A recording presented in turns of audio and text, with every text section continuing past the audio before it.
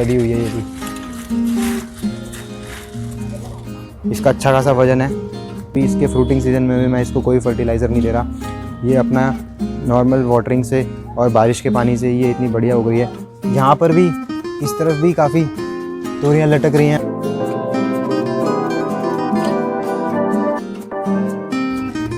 आप ये देख सकते हैं। तो यहाँ पर बहुत सारी तोरियां उग रही हैं और अच्छी खासी बड़ी हैं ये। आप इसका साइज़ देख सकते हैं सबका।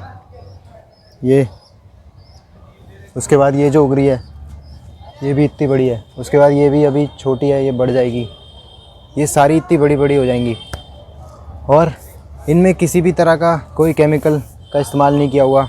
इसमें कोई स्प्रे भी नहीं छिड़का गया पेस्टिसाइड के तौर पे। ऑर्गेनिक स्प्रे भी इवन हमने कुछ यूज़ नहीं किया, जैसा कि मैं आपको बताता रहता हूँ वीडियोज़ में। उसके बाद इसमें मैंने आकर अभी कोई इसकी फ्रूटिंग पर भी कोई फर्टिलाइज़र यूज़ नहीं किया है। जो भी सॉइल मिक्स इनिशियली डाला था और उसके बाद जो हमने मल्चिंग करी थी ये उसी का नतीजा है। और इसमें बीच में गर्मी में 2-3 बार इसमें जीवामृत छिड़का होगा, लेकिन इस समय जब इसकी फ्रूटिंग हो रही है तो इसमें अभी तक कुछ भी ऐसा नहीं करा हुआ है। तो उसके बावजूद इतनी बेहतरीन ये तोरियां उग रही हैं। इसको उगाने के लिए जो बढ़िया समय है वो बरसात से पहले आप इसकी अगर सीडिंग कर दें। दिल्ली का अगर टेम्परेचर लें तो जून में अगर हम इसको सीडिंग कर दें, उसके बाद अगर हम इसको उगाएं तो ये काफ़ी बढ़िया से कम एफ़र्ट में कम केयर के साथ उग जाएगा। लेकिन ये जो हमने उगाई थी ये गर्मियों के टाइम से उगाई थी और तोरी गर्मियाँ भी आराम से झेल जाती है।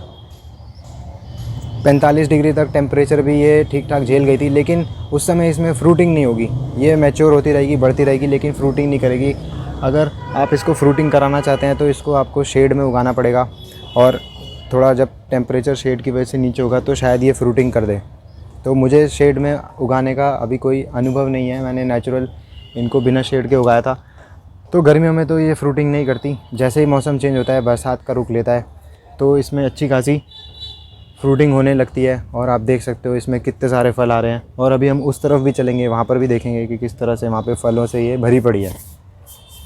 फ़िलहाल मैंने इसमें कोई प्रूनिंग वगैरह भी नहीं करी, कोई इंटरफेरेंस नहीं करा। बस इसको सैपलिंग को यहाँ पे ट्रांसप्लांट किया था, उसके बाद इसको पानी वगैरह लगातार देते रहे और ये उग गई। सॉइल मिक्स के लिए आप एक वीडियो हमने बनाया था, आप उसको देख लें। उस तरह का ही सॉइल मिक्स इसमें यूज़ करें।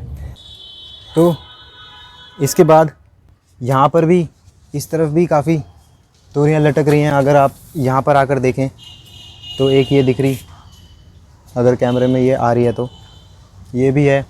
उसके बाद इस तरफ भी आप देख सकते हो, ये भी है। आप इसका साइज़ सबका देखो, ये सब काफ़ी बड़ी बड़ी हैं। अब हम इस तरफ आ जाओ, ये दिखाते हुए दिख रही है। तो इसको जो हमने अब यहाँ पर भी आप देख सकते हो कैसे ये लगी, ये लगी, ये बन रही है, ये बन रही है। फिर यहाँ पर ये लगी पड़ी है। फिर उस तरफ भी 1-2 हैं। उसके बाद यहाँ पर भी ये काफ़ी बन रही हैं। इस तरफ भी ये बन रही हैं, ये भी बन रही है। फिर इसके ऊपर भी है, यहाँ पे ये भी भरी पड़ी है, काफ़ी लदी हुई है ये भी।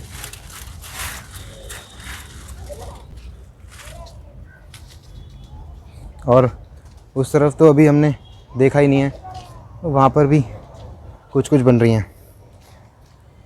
तो ये फ़िलहाल जो पौधा लग रहा है ये इस क्यारी में लगा हुआ है, जो आप पीछे देख सकते हैं। ये जो ईंटों की क्यारी है और इसमें मिट्टी कुछ ज़्यादा खास नहीं है। इसकी जो वॉल्यूम है, इसकी इतनी वॉल्यूम है, इसमें 2 ईंट तक इसमें मिट्टी है। तो ऑलमोस्ट 9 इंच से भी कम इसके अंदर मिट्टी भरी हुई है। आप थोड़ा पास से आकर इसमें अगर हम देखें तो ये आधी भी नहीं भरी हुई। ये आप देख सकते हो कितनी खाली है इसके अंदर। तो अभी मुझे इसमें और मिट्टी भरनी है। इसके अंदर मिट्टी भरना भी अपने आप में एक बड़ा काम हो जाता है। तो ये जो प्लांट है ये वो तोरी है जो अभी आपने उधर पूरे में फैली हुई देखी, जिसमें तो इसकी आप ग्रोथ देख सकते हो कितनी भयंकर और कितनी मोटी हो गई। और ये एक ही सिर्फ तोरी का प्लांट है जो यहाँ से निकल कर इस तरफ, जो ये वाला प्लांट है ये पूरा इसमें फैला हुआ है। उसके बाद ये यहाँ पे फैला हुआ है, पीछे की तरफ गया हुआ है, उधर छत पे चढ़ रहा है। हम इनको इस तरह की बोरियों में भी उगा सकते हैं। इसमें भी काफ़ी मिट्टी आ जाती है। इसमें हम अगर चाहें तो एक तोरी का प्लांट लगाएंगे तो वो ज़्यादा फैल जाएगा, और 2 भी लगा सकते हैं हम। लेकिन आपने देखा कि एक अकेला इतना ज़्यादा फैल जाता है, तो हम इसमें अगर एक लगाएंगे तो ये पूरा सॉइल कवर कर देगा आराम से, और काफ़ी ज़्यादा इसकी ग्रोथ हो जाएगी। तो इस तरह की हम बोरियों में लगा सकते हैं, ग्रो बैग्स में लगा सकते हैं। तो कम से कम जो 1 फीट डीप हो, जिसमें 10-12 इंच की मिट्टी आ जाए, 12 इंच तक की मिट्टी आ जाए, और 1 फीट तक वो चौड़े हो, तो उसमें हम एक तोरी का प्लांट लगा दें। और उसके बाद फिर इसको नेचुरल कोर्स लेने दें। उसके बाद हम ऊपर से इसमें एक जो विशेष तौर पर हमने जो इसमें ध्यान रखा था, वो इस चीज़ का, मल्च का। तो इस तरह के जो ड्राई लीव्स हैं, ये पूरी क्यारी में हमने इस तरह से मल्च कर दिए थे। उसके बाद जो घास वगैरह होती है इस तरह से, इससे भी अभी लेटेस्ट मल्च किया है क्यारियों को। तो ये एक बहुत बेहतरीन काम करती है। एक तो ये इनकी हेल्थ को मेंटेन करके रखती है, और उसके बाद ये over a period of time खुद ही ये जो मल्च है ये खुद ही धीरे धीरे गलती रहती है और इसको न्यूट्रिशन प्रोवाइड करती रहती है। तो अगर हम इसमें ज़्यादा आकर हस्तक्षेप नहीं करते, फर्टिलाइजेशन दोबारा इसमें कोई ऑर्गेनिक फर्टिलाइज़र भी डालना भूल जाते हैं, नहीं डालते, तो भी इतनी बढ़िया ग्रोथ हो जाती है। यहाँ पे मैंने आपको ऑलरेडी बता चुका हूँ कि अभी इसके फ्रूटिंग सीज़न में भी मैं इसको कोई फर्टिलाइज़र नहीं दे रहा। ये अपना नॉर्मल वाटरिंग से और बारिश के पानी से ये इतनी बढ़िया हो गई है। इसके साथ साथ कभी किचन में जो हमारा वेस्ट वाटर होता है वो इसमें हम यूज़ कर लेते हैं, लाके मैं इसमें डाल देता हूँ। और उसके बाद इसमें अभी ज़्यादा कुछ ऊपर से तो नहीं डाला है। और इसके बाद अगर हम इसमें बात करें तो अगर हम इसको गर्मियों में उगाते हैं तो वाटरिंग के थोड़े बहुत इश्यूज़ हो सकते हैं। तो जब हम इसको मल्चिंग कर देंगे अच्छी खासी, हम एक लेयर ऑफ मल्च लगा सकते हैं ड्राई लीव्स की, मतलब हम 5-6 इंच अगर इसमें मल्चिंग कर दें तो काफ़ी रेट ऑफ इसका जो पानी उड़ जाता है इवेपोरेशन से वो कम हो जाएगा, और इसकी जो नमी है वो बनी रहेगी, और ये पौधा काफ़ी हेल्दी बना रहेगा। उसके बाद जैसे ही गर्मियाँ कम होंगी ये फ्रूटिंग करने लगेगा। और यहाँ पर भी इसमें तोरी का एक प्लांट है जो कि काफ़ी फैल रहा है। तो हमने देखा कि ये किस तरह से अगर इसको जगह दी जाए तो ये पूरा भयंकर रूप से फैल जाती है। तो इसको हमें एक ट्रेलिस या एक सपोर्ट देना ज़रूरी हो जाता है। तो जब हम इसको उगाते हैं तो इसको उगाने के बाद हम इसके सपोर्ट का भी बंदोबस्त कर दें। उसके लिए हम पुरानी पाइप्स यूज़ कर सकते हैं, या फिर हम बैम्बू के जो बांस के जो पोल आते हैं उनको लाकर लगा सकते हैं, या फिर इधर उधर हम कील ठोक कर रस्सियों से इनको सपोर्ट दे सकते हैं। तो उसमें हम अपना एक्सपेरिमेंट कर सकते हैं, उसमें हम इधर उधर के जुगाड़ कर सकते हैं, और इसको चढ़ाने के लिए इसको ऊपर, ताकि ये आराम से ऊपर ऊपर बढ़ सके और ऊपर से ये सनलाइट ले सके, ऐसा बंदोबस्त हम इसमें कर दें।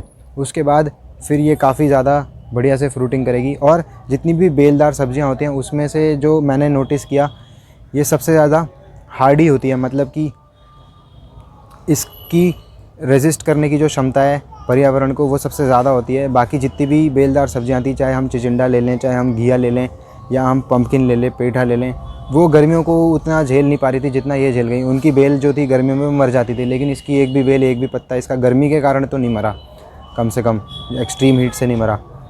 तो ये सर्वाइव करती रही। बस इसमें फ्रूटिंग नहीं हुई गर्मी के कारण, बहुत एक्सट्रीम गर्मी पे। तो इसको फ्रूटिंग करने के लिए 35 से 38 डिग्री का अगर टेम्परेचर हमारा आ जाता है तो उसके बाद ये फ्रूटिंग करने लगता है, और मॉइस्चर लेवल इसका बना रहे।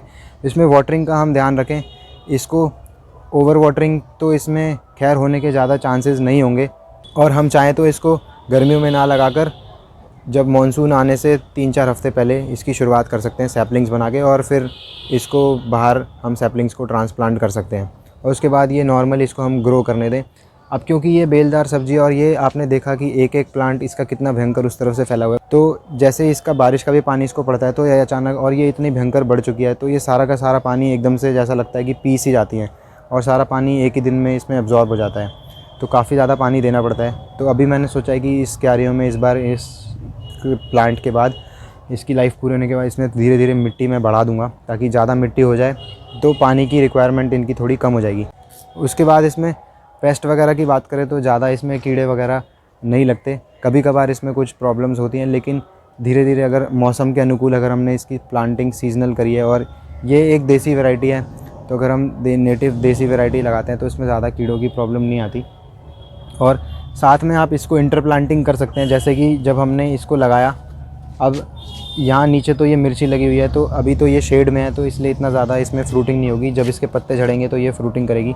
बट इसके साथ साथ आप यहाँ पर हल्दी लगा सकते हैं, क्योंकि ये हल्दी शेड में आराम से उग जाती है। आप ये देख सकते हो कि यहाँ पर किस तरह से ये हल्दी के प्लांट्स अंदर लगे हुए हैं और ये आराम से उग रहे हैं।